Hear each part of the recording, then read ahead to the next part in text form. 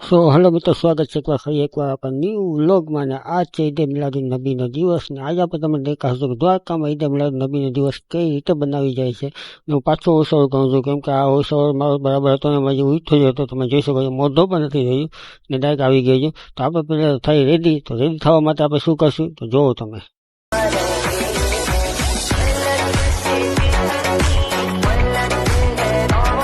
ને આપણે થઈ ગયા રેડી. ને આવે કશો આપણા ફ્રેન્ડનો ફોન બોલાવીએ ને તો એ પણ આવે ને દેખાડીએ તમને. ફાઇનલી આપણા ફ્રેન્ડ આવી ગયા, બે જોઈ શકો છો. હજી 4 બાકી છે, મતલબ એ આગળ ભેગા થશે. ને આપણે આવી ગયા છે ઈદે મિલાદુન નબીમાં. તમે જોઈ શકો છો.